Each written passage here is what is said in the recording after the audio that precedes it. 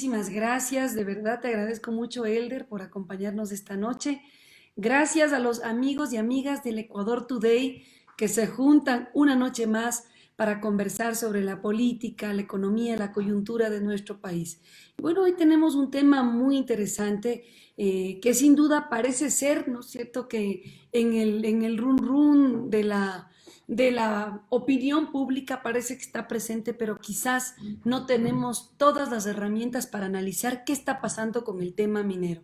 ¿Sí? Hay voces en favor, voces en contra, ¿no? Incluso tuvimos un candidato presidencial que casi gana las elecciones y según algunos, pues casi pudo haber ganado las elecciones, ¿no? Con un tema ahí en primera vuelta que aún para muchos pues no está muy claro. Pero uno de los discursos que posicionó el candidato Yaco, por ejemplo, fue el tema antiminero, ¿no?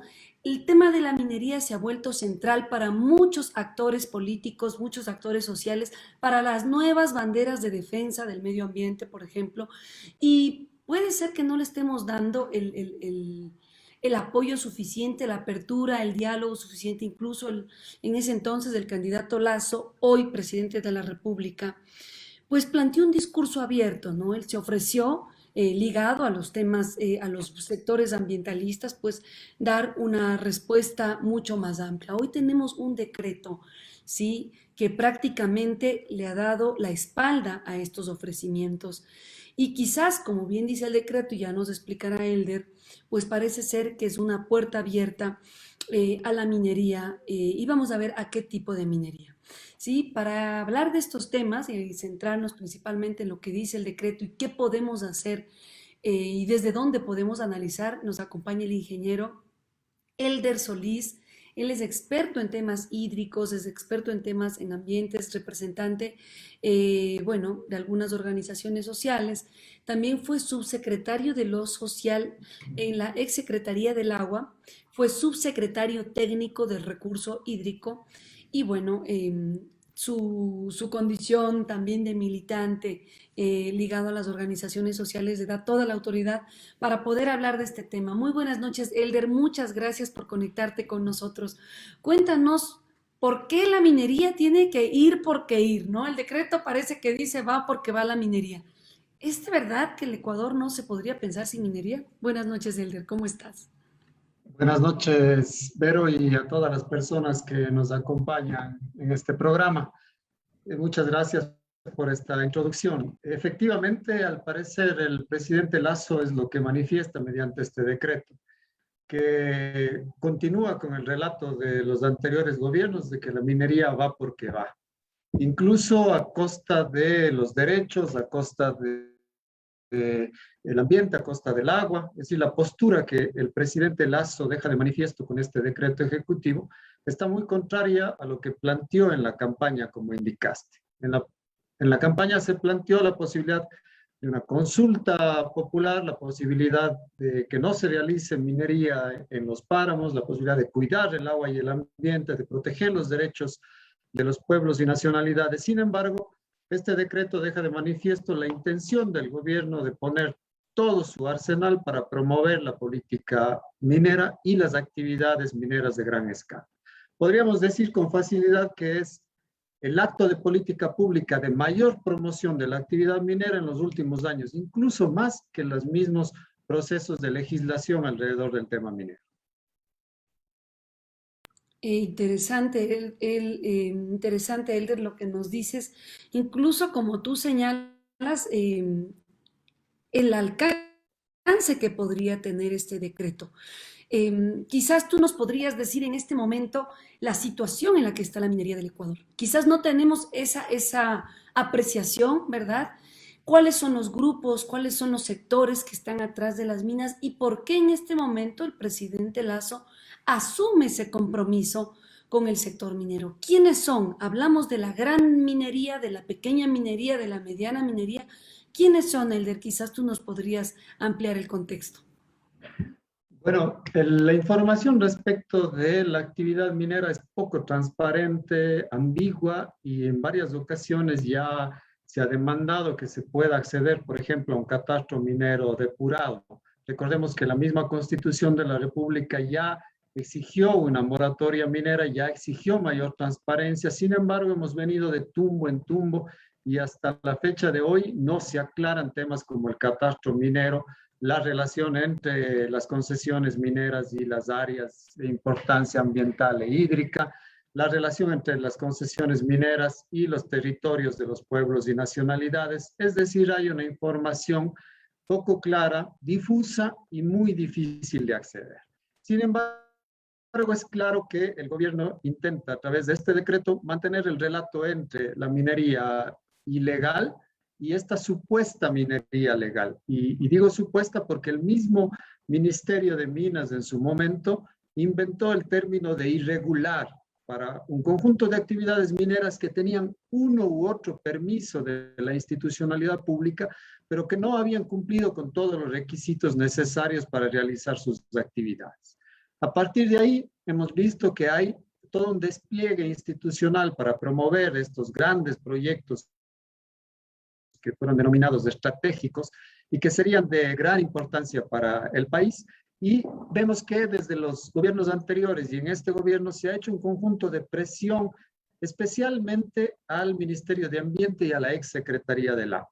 Lo que vemos ahora es que esta presión busca convertirse en ley, busca realizarse a través de una herramienta de política pública como este decreto ejecutivo, y ya no solo a través de emisarios y mecanismos informales, que era lo que se realizaba con anterioridad. Entonces, estamos acudiendo a un proceso de promoción de la gran minería, mucha de esta gran minería que se encuentra cuestionada, que mediante consultas populares en Girón, en Cuenca y en otros sectores ya ha sido rechazada, que mediante resoluciones de la Corte, como el caso de Río Blanco, ya ha sido desechada por el conjunto de irregularidades y vulnerabilidades que ha presentado. Entonces, estamos acudiendo a hacer tabla rasa de todas estas disposiciones de una voluntad popular expresa, de resoluciones de jueces competentes y de insistir en la promoción de estos grandes proyectos mineros. Claro, y los proyectos mineros en este caso, Elder, sería importante señalarlos dónde están, ¿no? Porque di tú, no solamente en el gobierno anterior, sino quizás incluso desde, vamos a decir, en los últimos 10, 15 años, ha habido una apuesta importante sobre el tema minero. Incluso diríamos, Elder, no sé si tú coincidas, y tú en contra de la misma constitución, ¿no? ¿Qué dice la constitución ante esto? Y tú como experto en el tema, ¿hasta qué punto el decreto sí estaría violando también lo que la constitución ya señala y el respeto incluso que tenemos sobre el derecho de la naturaleza? ¿Qué pasa con la consulta que deberíamos hacer a las comunidades? ¿Cómo verías eso tú? ¿Cómo están viendo las organizaciones sociales de este nuevo decreto? Bueno, el decreto ejecutivo plantea un conjunto de plazos y mandatos a varias instituciones del Ejecutivo, entre ellas al Ministerio de Ambiente, Agua y Transición Ecológica, que quizá es el más nombrado en este decreto ejecutivo, incluso más que el Ministerio de Energía y Recursos No Renovables. Entonces, le manda a este ministerio a resolver en el plazo de 90 días un conjunto de trámites relacionados con el sector minero, y vale la pena decir que muchos de estos trámites han sido demorados no solo por la imposibilidad del ministerio de resolver el conjunto de trámites, sino porque los mineros han abandonado muchos de estos trámites o están a la espera de que el ministerio los resuelva, digamos, de la manera en la que buscan que se resuelva ahora, sin cumplir con todos los requisitos.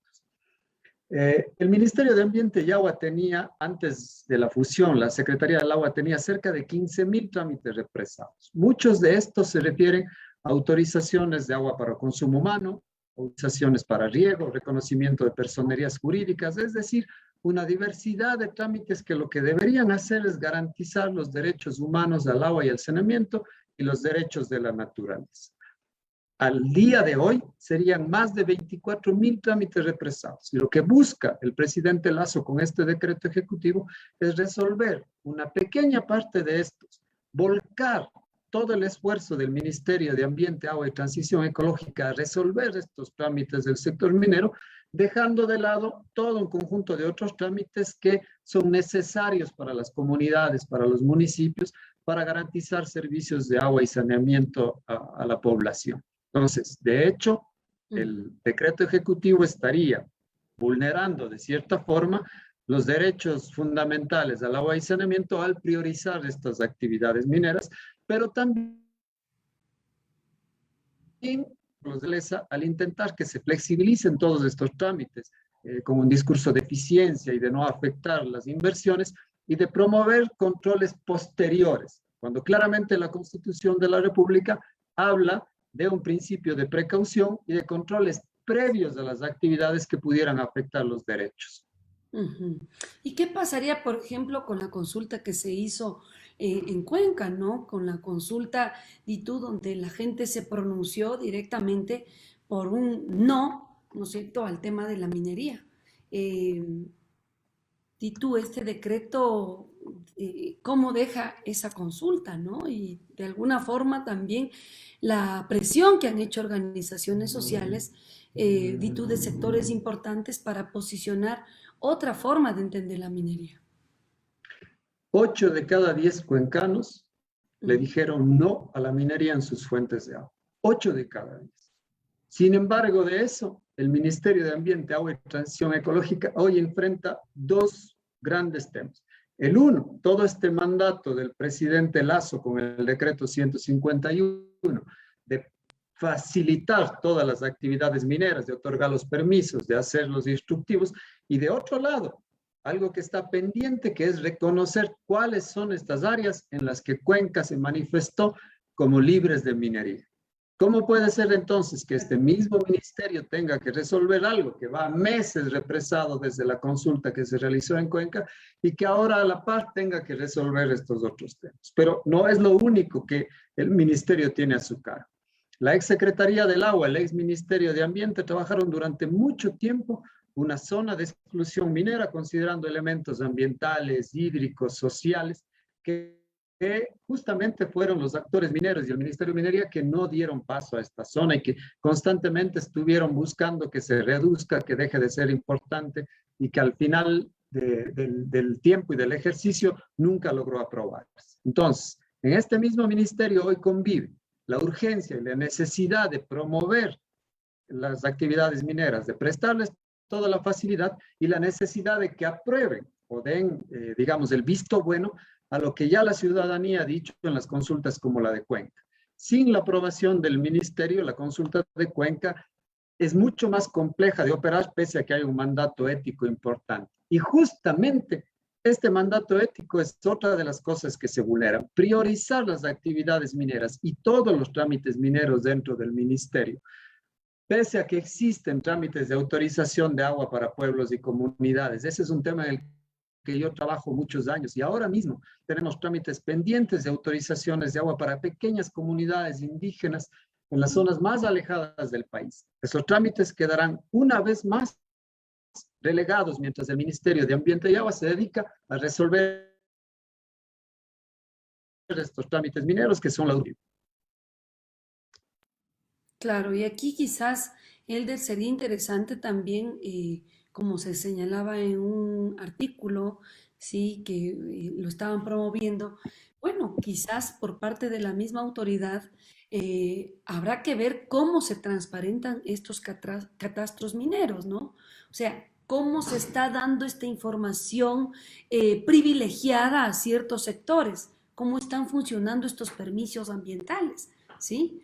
Y de alguna forma también entender cómo, vamos a decir, la desinstitucionalización, ¿no es cierto?, que ha vivido este sector en los últimos años, también ha empantanado más este tema, ¿no? O sea, di tú, antes teníamos dos instancias que podían ver el tema minero, ¿no es cierto? Y ahora con la idea de, pues no necesitamos tanto Estado, ¿no es cierto? Reduce tal secretaría, reduce tal ministerio.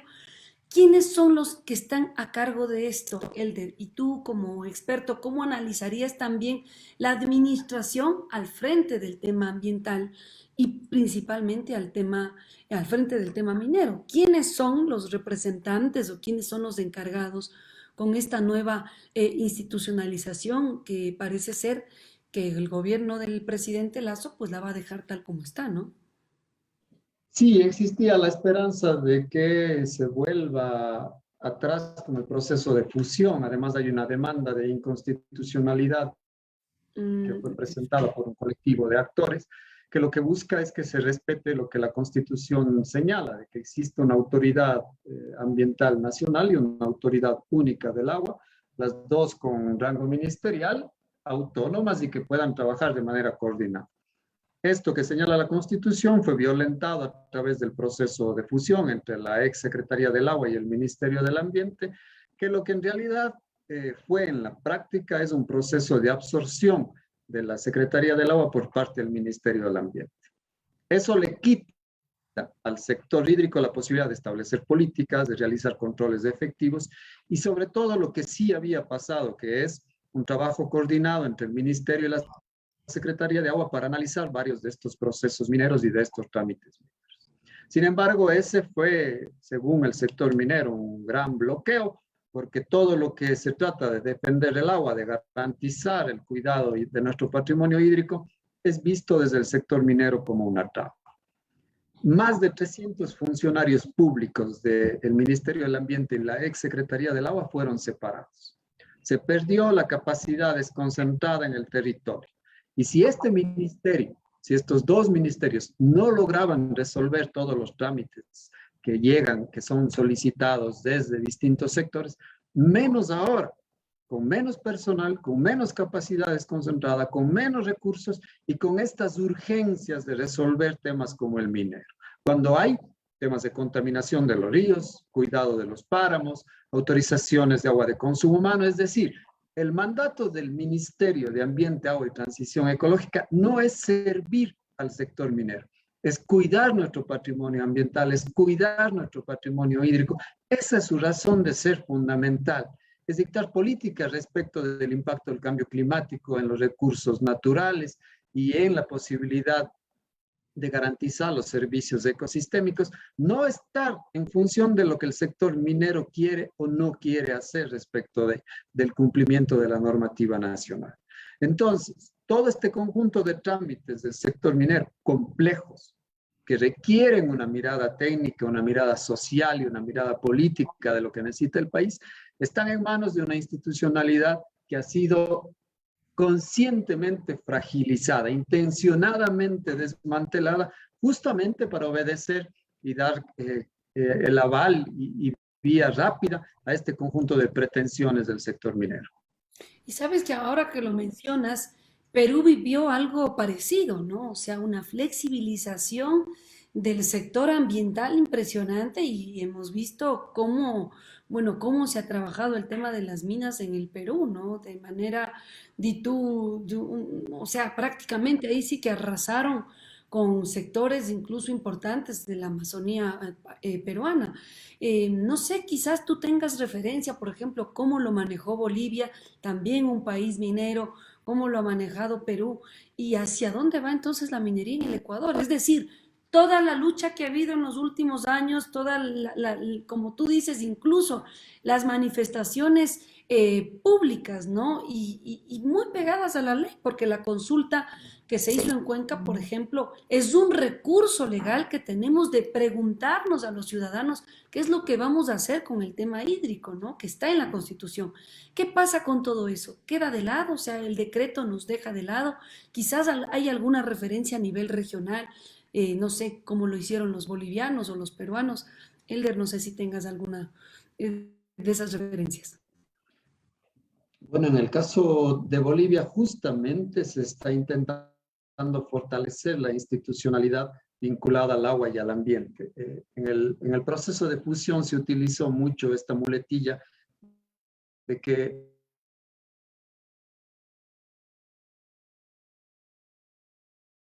otros países no tienen. Justamente eso es lo que permitía un conjunto de controles cruzados entre los distintos sectores. Todos los avances en términos de protección del ambiente, en protección del agua, no vienen justamente de los gobiernos de turno, vienen de una sociedad movilizada, que ha tomado conciencia, que busca proteger sus recursos, que privilegia el agua, que privilegia los derechos por sobre este imaginario de riqueza. ¿Por qué? Ya vemos varios estudios, varios analistas que nos dicen que incluso los réditos que le dejarían al país la actividad minera son marginales en comparación con todos los pasivos ambientales que nos van a quedar.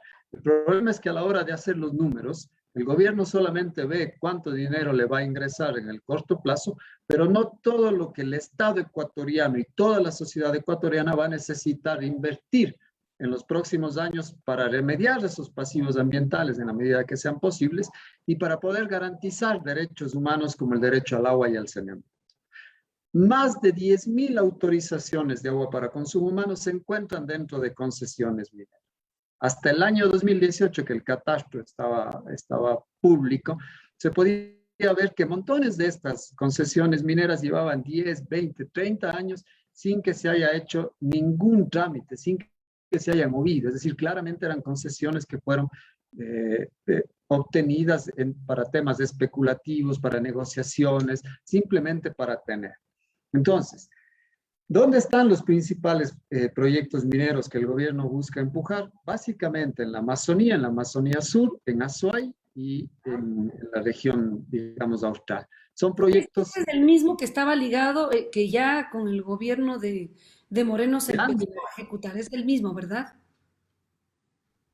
Varios de estos proyectos están ejecutándose al margen de que existen consultas populares que ya han dejado manifiesta la voluntad de la ciudadanía de que no se realicen, al margen de que existen, digamos, resoluciones judiciales, siguen implementándose. Por eso es que esta ficción de que hay una minería legal y que cumple responsablemente con todos los permisos, con todas sus obligaciones ambientales y sociales, es realmente una falacia. Son empresas mineras que mientras obtienen sus permisos de cambios de fase de explotación, siguen realizando actividades a vista y paciencia de un Estado y unas instituciones de control que no realizan los esfuerzos suficientes, evidentemente.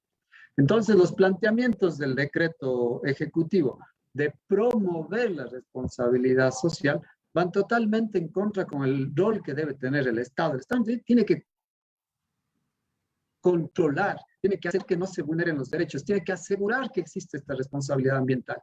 Pero rápidamente delinda esta responsabilidad y ahora se plantea como promotor de una actividad responsable, cuando su rol es completamente otro.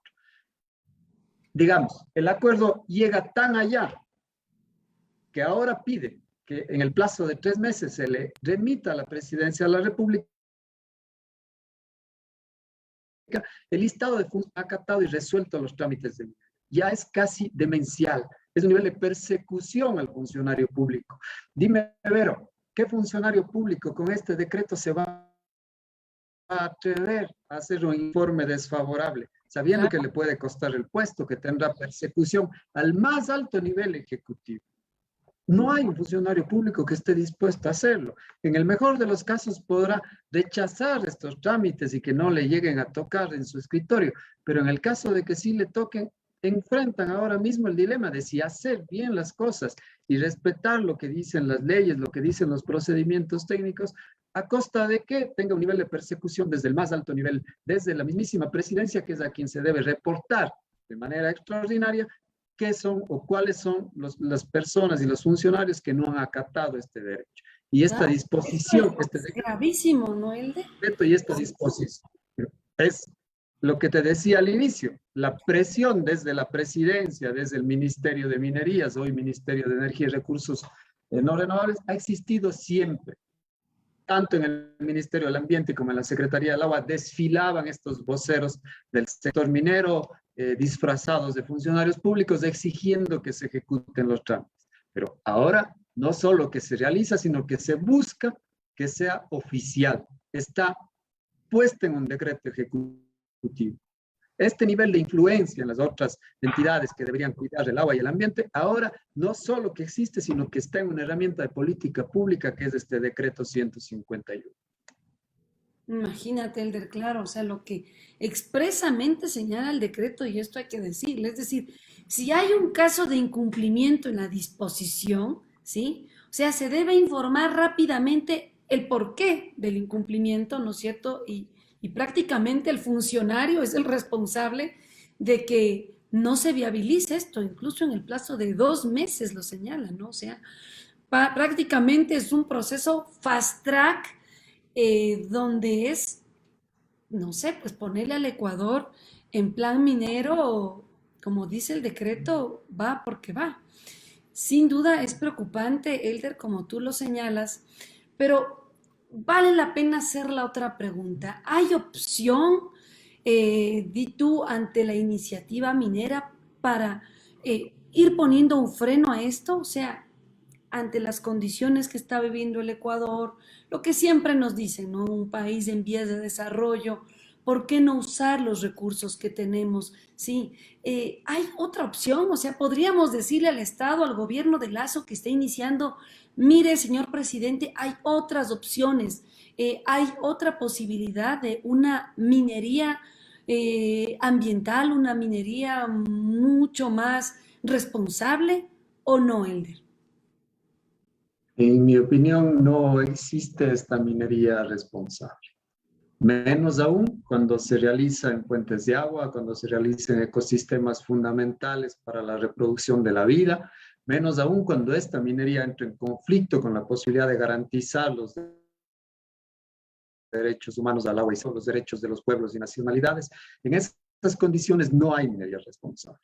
Si el país necesita de esa minería para su desarrollo, es un debate que hay que transparentarlo, como decía, haciendo el análisis completo, el análisis de toda la basura que nos va a quedar como país luego de que nos den estos ingresos mineros. Basura que tendremos que limpiar décadas y décadas y décadas. Basura que dañará nuestra agua, nuestros páramos, nuestra vida de formas irreparables. Entonces, quizá esa liquidez que el gobierno del presidente Lazo y los otros gobiernos han buscado a través de estos anticipos de las empresas mineras y de esta ficción de la inversión minera, les llama muchísimo la atención, pero por sobre todo están los intereses transnacionales del gran capital que buscan imponer esta minera. Ecuador es un país rico, diverso, con gente inteligente, con gente que quiere promover, que quiere invertir. El país tiene sin duda montones de posibilidades de desarrollarse, pero lastimosamente seguimos atados a un sector empresarial especulativo, con poca capacidad de inversión, con poca conciencia de país y a esta ficción de que los recursos naturales tenemos que explotarlos para salir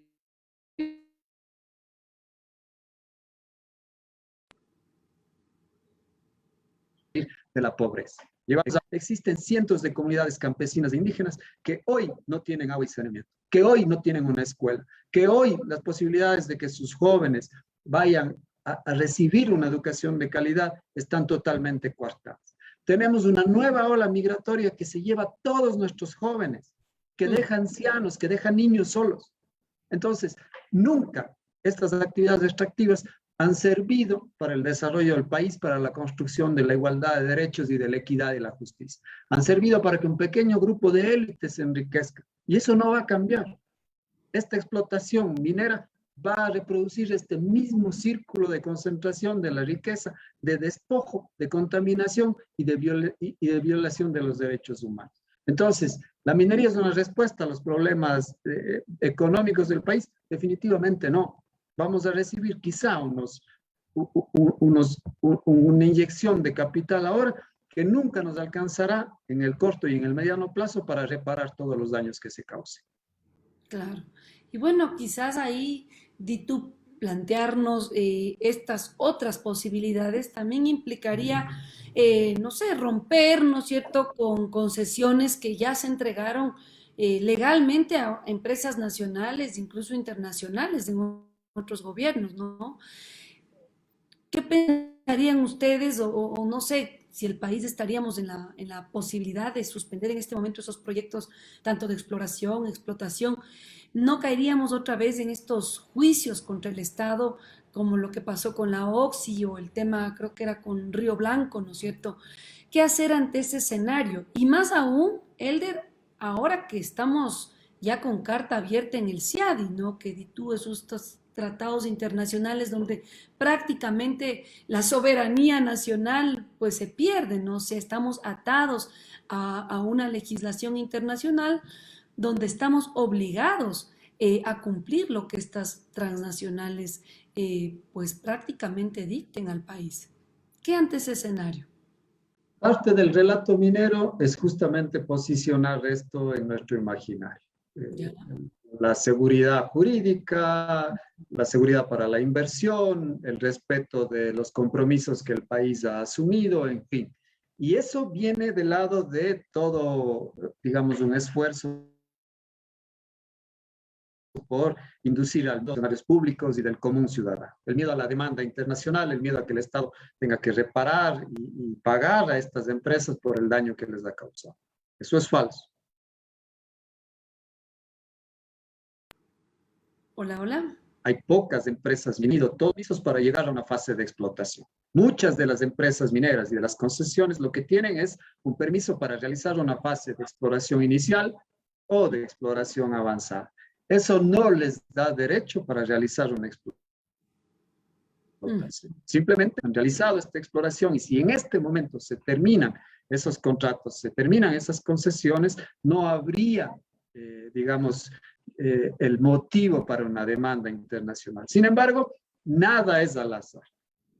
El haber ratificado el acuerdo con Cial, el haber promovido este decreto 151, todo esto previo a la posibilidad de una consulta popular, es justamente para garantizar que se respeten estos supuestos derechos adquiridos de las empresas mineras. El decreto ejecutivo 151 también lo plantea, que se respetarán todos los derechos adquiridos, pero en el caso de Río Blanco no hay un derecho adquirido, ni siquiera hay legalidad en los actos que se han realizado, ni se han cumplido con todos los procedimientos que la ley contempla. Entonces, la ilegalidad no genera derechos y la expectativa de las empresas mineras frente a la explotación o a la extracción tampoco les genera derechos. Hay solamente un pequeño margen de concesiones mineras que han logrado cumplir con todos los requisitos y que estarían en una fase de explotación.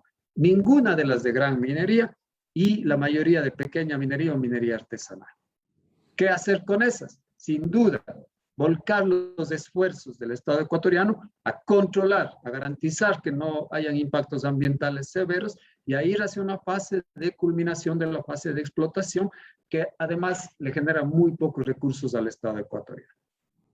Muchas gracias, Elder, por plantear este tema, porque como tú bien dices, esa quizás es la muletilla que hemos estado escuchando en los últimos meses, ¿no? Y es con el temor que nos tiene el gobierno, algunos representantes incluso en la asamblea, ¿no? O sea, ¿qué va a hacer del Ecuador, ¿no? Si no entramos al CIAD y si no tenemos esta seguridad legal, y como tú bien dices, seguridad legal ¿para quién y para qué? ¿Sí? ¿Cómo empeñamos al país bajo este tipo de tratados y cuáles son las condiciones a las que entramos a firmar estos tratados y las consecuencias tan graves para el Ecuador? Ahora, lo que estamos viendo con este decreto, y quizás ustedes también ya lo tienen ahí mapeado, es que si bien el decreto, ¿no es cierto? Pues bueno, vía decreto tú puedes ir gobernando, pero ¿hasta qué punto la Asamblea Nacional podría también tener una participación? ¿Con qué actores se podría contar? Y tú tenemos una bancada de Pachacutic que se ha planteado abiertamente la defensa sobre estos temas. Quizás hay otras bancadas que también lo han hecho, ¿no? La bancada de UNES, la bancada, no sé, bueno, ¿están ampliando ustedes el espectro de actores que podrían apoyar una posible, di tú, un posible rechazo a esta política del gobierno? Decías con acierto, Vero, al inicio de la conversación, que cada vez son más los actores que se están pronunciando en contra de esta imposición minera y en favor de los derechos del ambiente, del agua. Sin embargo, no son todos. Es decir, ¿qué pasa con los 221 municipios del país que van a verse afectados, muchos de ellos por esta actividad minera? Que van a ver la imposibilidad de garantizar agua para sus ciudadanos por la contaminación minera, por los conflictos, por el conjunto de problemas que esto acarrea. Nada. La AME no dice nada. El CONGOPE no dice nada. La Asamblea tiene ahora mismo la posibilidad de debatir una reforma a la Ley Orgánica de Recursos Hídricos, que está ya para segundo debate, en la que ya está un artículo que plantea la prohibición de minería metálica en fuentes de agua, zonas de recarga, páramos y humedales. Vamos a ver si la Asamblea logra aprobar esta propuesta de reforma a la ley orgánica y logra además defenderla ante un posible veto del Ejecutivo.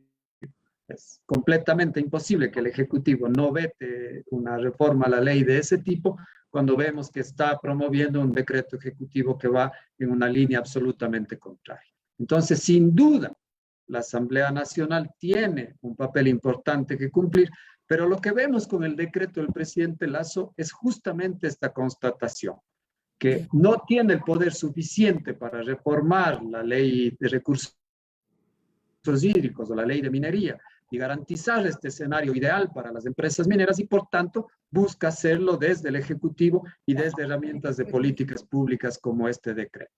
Sin duda se puede gobernar con decretos, no sería la primera vez. Sin embargo, eso sí atenta a un conjunto de herramientas jurídicas, a un conjunto de leyes que es lo que podemos aprovechar para demandar su ilegalidad, su inconstitucionalidad o emprender con acciones de defensa de los derechos humanos y de los derechos de la naturaleza. Entonces, si necesitamos formar y estructurar una plataforma de actores mucho más cohesionada, articularnos mejor los que en este momento estamos debatiendo, analizando estos temas y hacer un frente común. Eso es sin duda fundamental. Pero también se requiere que las otras instancias del Estado ecuatoriano, los gobiernos autónomos descentralizados, la Asamblea Nacional, la Defensoría del Pueblo, puedan tomar temas como este en su agenda y ahora mismo condenar decretos como este decreto ejecutivo 151 que claramente vulnera un conjunto de derechos. Exactamente, Elder, sí.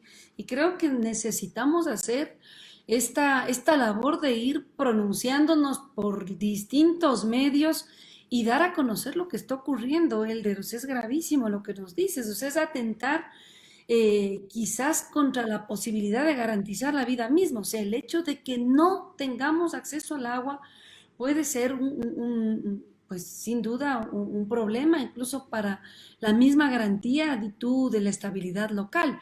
O sea, ¿qué va a pasar, por ejemplo, con las administraciones locales? Me imagino que el decreto pues tiene una función de alcance a nivel nacional, pero los municipios, ¿no es cierto?, tienen sus secretarías de ambiente. ¿Qué pasa con esas secretarías? ¿Llegan a tener algún tipo de autonomía o están bloqueadas con el decreto? ¿Sí? Hay alcaldes responsables que se han pronunciado, tú en favor de este tema, pero hasta qué punto pues el decreto los anula, ¿no? Yo creo que eso también habrá que ver qué pasa con el COTAD. Yo creo que el COTAD les da garantías a los gobiernos locales, pero claro, en el momento en que tampoco tienes una legislación muy clara, el COTAD también es muy ambiguo en muchos temas, quizás el decreto entre a funcionar más allá del mismo COTAD. Así es, Vero. Sin duda, todos los esfuerzos que hagamos por difundir, por compartir, por opinar respecto de este embate minero son súper necesarios, bienvenidos. Y nuevamente, gracias por la posibilidad de compartir el día de hoy. Hay montones de personas que son excelentes voceros, que hacen análisis, pero que no tienen cabida en los medios tradicionales y justamente medios como este y posibilidades y espacios como este son fundamentales. Los gobiernos locales, claro que tienen herramientas de política pública que podrían ayudar a controlar que esta minería no vulnere los derechos, no contamine el agua, no contamine el ambiente. Sin embargo, muy pocos en realidad ejercen estas competencias. La mayoría ven hacia otro lado o muchos de ellos tienen miedo a que los ingresos, la inversión del gobierno central no llegue a sus jurisdicciones y por eso prefieren no meterse en estos temas. Además de que el poder del gobierno nacional sin duda es inmenso y cuando te dicen que esa es una competencia del gobierno nacional y que los gobiernos locales no tienen nada que ver, realmente se impone a la fuerza a los criterios que ahora podemos ver en este decreto ejecutivo. Sin embargo, hay herramientas de política pública, hay un marco jurídico institucional que permitiría a los gobiernos locales, municipales y provinciales en especial, ejercer jurisdicción sobre su territorio, al igual que los pueblos y nacionalidades. Y esto es importante recordar. Los pueblos y nacionalidades tienen jurisdicción en su territorio y por tanto todos estos procesos mineros que han sido inconsultos, que no han considerado la consulta previa, libre e informada, son ilegales. Imagínate. Por eso es que el decreto ejecutivo insiste ahora en la necesidad de que en 1 o 2 meses se dicte este reglamento para realizar la consulta previa, libre e informada. Pero no es que no se ha intentado montones de veces. En el Ministerio de Ambiente reposan montones de instructivos y de expedientes para la realización de la consulta. Pero ¿quién vetó todas estas iniciativas? Justamente el Ministerio de Minería, que lo que busca es un proceso de información más que de consulta libre e informada, que obviamente desde los intereses mineros no sea vinculante y que a la par se traduzca en un proceso simple de socialización. Mientras lo que se busca desde el otro lado es un proceso que respete la voluntad de los pueblos y nacionalidades, que respete los derechos colectivos y que respete la autoridad de estos pueblos y nacionales sobre sus territorios. Entonces, claramente estamos hablando de un Estado que lo que busca es imponer la visión del gobernante de turno frente a la posibilidad de construir un real Estado plurinacional. El decreto ejecutivo deja una vez más claro esto, es decir, los 221 municipios van a ver afectada la posibilidad de garantizar el agua y saneamiento. Como te decía, más de 10.000 autorizaciones de agua de consumo humano se encuentran dentro de concesiones mineras. Si estas concesiones mineras empiezan una fase de explotación, sin duda afectarán los hídricos y por tanto afectarán la posibilidad de que estos municipios den el saneamiento de su población. Así es, Elder. Pues nos dejas un panorama tú preocupante, pero precisamente por ello totalmente tú politizable, porque necesitamos también entrar, yo creo, no solamente a opinar, sino a actuar, ¿no? Como bien tú lo señalabas, es muy poco ético por parte del gobierno priorizar este sector y habrá que ver cuáles son las empresas, los actores, ¿no es cierto?, a quienes se está apoyando, porque mucho se habla de que hay miles de familias atrás de la minería. Bueno, es realmente el sector minero el que está alimentando a estas familias. No hay otras opciones para ellas. Quizás habrá eso también que ampliar el análisis. ¿Quiénes están atrás del sector minero? Sí, estamos atentando, como tú lo decías, con los derechos humanos básicos, ¿no? Agua, saneamiento, el riego a miles de campesinos, comunidades, ¿no es cierto? El mismo sector urbano que se va a ver afectado. Además de esto, pues lo que estamos viendo, como ya tú bien lo señalaste, es este debilitamiento de la institucionalidad, ¿no? Con todo este discurso de que pues menos Estado pues nos va a permitir más gobernabilidad, lo que estamos viendo es que menos Estado lo que está haciendo es permitir el atraco y permitir también pues estas prácticas que van en contra de los ciudadanos. Así que ojo con eso, es necesario que pongamos atención qué está ocurriendo con el tema minero, porque prácticamente lo vamos a lamentar no a mediano plazo, sino ya a corto plazo, ¿no? Ya estamos viendo los efectos pues vamos a decir, en temas de salud, en temas de, como tú bien decías, en temas de la misma imposibilidad de acceder a estos recursos. Yo creo que nos queda mucho por hacer. Desde la sociedad civil ustedes se están activando. Creo que la asamblea es urgente que también ponga atención en esto y la responsabilidad que tienen, ¿no? Como representantes ciudadanos que son nuestra primera línea de defensa de los derechos. Quizás aquí, Elder, ustedes deben tener toda una batería de acciones, quizás para ir cerrando esta entrevista, ¿qué podemos hacer como ciudadanía organizada? ¿Qué nos queda? ¿Y cuáles serían esas instancias a las que podríamos acudir? Sin duda, leer el decreto 151 del presidente Lazo en una primera lectura te deja pensando si es verdad o es una mala broma. Es decir, yo estoy seguro que el sector minero no se esperaba un decreto como ese. Cumple con todo. Es realmente, digamos, sorprendente para quienes hemos seguido la política y los vaivenes de sus influencias.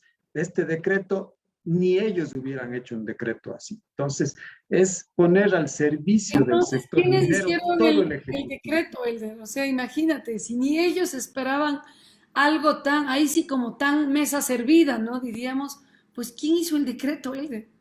¿Quién lo hizo? O sea, ¿quiénes están atrás? O sea, ¿qué empresa lo hizo? Esa es la pregunta clave. ¿A quién beneficia en términos reales y concretos este decreto? Porque ni siquiera beneficia a todo el sector minero.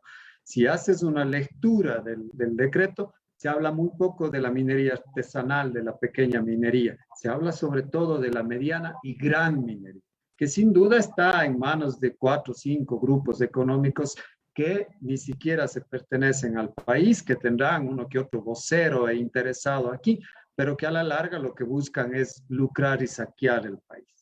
Quedará nada para el Ecuador.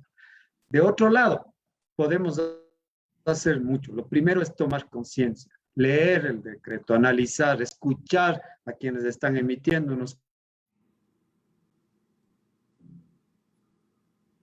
criterios y a partir de ahí exigir la posición respecto de este tema, exigir a nuestros gobiernos locales, exigir a la Asamblea Nacional y sumarnos a los colectivos y espacios en los que se está discutiendo y trabajando en la búsqueda de la defensa de los derechos. Desde los distintos colectivos, lo que ahora mismo se busca es sí mantener esta línea de discusión, de denuncia, de debate, de exigencia, pero de mecanismos jurídicos, como ya se hizo en la consulta de Cuenca a través del Cabildo por el Agua, o demandas de inconstitucionalidad. Personalmente creo que el decreto 151 incurre en varias fallas que podrían permitir una demanda de inconstitucionalidad, pero también otros mecanismos de acciones defensoriales con la Defensoría del Pueblo o la exigencia de que se pueda hacer desde la Defensoría del Pueblo una revisión de este decreto. Es decir, existen las herramientas jurídicas que podemos aprovechar desde la sociedad civil para garantizar que no se imponga a la fuerza y a las malas prácticamente estos intereses y esta política minera que además llevan años construyendo. Es decir, cada que cambia un ministro, cada que cambia un presidente, vemos nuevamente que empiezan a construir una política minera transparente, eficiente y que sirva para el desarrollo del país. Y cada vez producen nada, cada vez son menos transparentes, cada vez ocultan más la información y hasta el día de hoy no hay una política estructurada que finalmente te diga desde el sector minero en dónde están sus intereses. Siguen siendo especulativos, siguen queriendo dividirse todo el país para la minería. Entonces, ni siquiera han logrado priorizar unas áreas importantes para el país de minería que se puedan discutir, que se puedan socializar. Nada. Sigue siendo ambiguo, sigue siendo poco claro, poco transparente y siguen jugando eternamente a la construcción de una política minera que nunca llegará. Imagínate, Elder. Y lo que también quizás tenemos que preguntarnos es, ¿de dónde va a salir la plata para activar ese sector minero? ¿A qué otros sectores les vamos a quitar el dinero? Porque yo no estoy, o no sé si eso señala el decreto, tú que estás de experto, pero ¿de dónde van a venir los millones pues para invertir en este sector? En Seguramente. teoría, eso es lo que busca el presidente, que creemos el camino libre para que esta inversión extranjera, esta inversión minera pueda venir al país. Y por Exacto. eso hay que darles toda la facilidad. Pero lo correcto en una minería responsable sería que cumplan con todas las exigencias políticas, ambientales, sociales, hídricas, y que a partir de ahí realicen las inversiones. Pero nuevamente es todo al revés. Buscan recibir parte de regalías mineras, parte de inversiones mineras ya en el corto plazo para crear la ficción de que estamos en un mejor escenario, de que estamos saliendo de la crisis, a costa del ambiente, a costa del agua. ¿De dónde va a venir la plata? No se sabe. En realidad, porque si ves las inversiones del sector minero, han sido marginales en la balanza económica del país Y luego de eso tienen consigo un montón de compromisos y de concesiones que se han hecho desde el Estado ecuatoriano. Lo que sí queda claro es quién sufre. Este Ministerio de Ambiente, Agua y Transición Ecológica, que debería cuidar nuestros ecosistemas, que debería garantizar que el Sistema Nacional de Áreas Protegidas se incremente, que debería asegurar que las áreas de protección hídrica para cuidar el agua se establezcan, es decir, que debería cuidar el ambiente y el agua, va a verse volcado a resolver trámites mineros, descuidando su razón de ser. Entonces, ¿quién pierde? Pierde el ambiente, pierde el agua, pierden las comunidades que van a ver afectados sus derechos. Esos son los sectores que perdemos. Y en el mediano plazo, también van a perder las ciudades cuando vean contaminadas y afectadas sus fuentes de agua. Cuenca le dijo no. Vamos a ver si este ministerio, que tiene que resolver los trámites mineros, logra resolver lo que hace falta para que la consulta de Cuenca se vuelva operativa. Pero una vez más, este ministerio tiene estos dos retos. El reto de hacer caso al presidente, porque si no, cambiarán de ministros y de autoridades, o el reto de hacer caso a una ciudad en la que 8 de cada 10 cuencanos le dijimos no a la minería en nuestras fuentes de agua. Así es, pues sí al agua, ¿no? A la minería, creo que es el mensaje claro y que tendremos que seguir repitiéndolo más allá, ¿no? De este cuantioso escenario que nos está presentando el gobierno del presidente Lazo. Habla de como 16.000 millones, pues vamos a ver, ¿no? De dónde sale, como bien dice Elder, y qué le está costando, qué estamos empeñando los ecuatorianos y ecuatorianas, ¿sí? La vida no solo a mediano, a largo plazo, como decíamos, ya a corto plazo estamos viendo los desastres que está causando la minería. Y hay una opinión pública que se está organizando, hay una organización social que tiene propuestas, señor presidente, ¿sí? Es necesario quizás ampliar esas iniciativas ecológicas que ya existen y que podemos dar empleo, podemos dar opciones desde otros espacios y también pues con la garantía de garantizar la vida y de garantizar nuestros ecosistemas. Yo te agradezco muchísimo, Elder, por esta interesante plática. Creo que nos has abierto también el escenario y ha abierto también las posibilidades de acción. No podemos quedarnos ni sentados ni callados, hay que activarnos y esperaremos también noticias tuyas. Ojalá pues veamos qué está ocurriendo con esto y que activemos a los actores, ¿sí? Nuevamente hacemos un llamado pues a la Asamblea, a la Defensoría del Pueblo. Creo yo que hay que activar todos los recursos de inconstitucionalidad, pues quizás sean los únicos recursos, pero que tenemos que ponerlos activos para que esto no se quede, sí, a uso indiscriminado del gobierno nacional. Sí, como bien lo señalabas, creo que gobernar por decreto puede durar solo pocos meses, ¿no? La gente entiende, la gente también tiene apuestas y la gente también se cansa. Esperemos que esto pues avance, el recurso que ustedes están haciendo es importantísimo y ojalá nos podamos ver en una próxima ocasión, Elder. Gracias por esta noche y bueno, estaremos atentos. Te mando un abrazo y nos vemos pronto, Elder. Gracias por la entrevista. Gracias, Vero, y quedo a las órdenes. Muchísimas gracias, amigas, amigos, por conectarse aquí a Otra Mirada. Nos vemos mañana para otra entrevista aquí en el Ecuador Today. Chao, chao, Elder. Muchas gracias.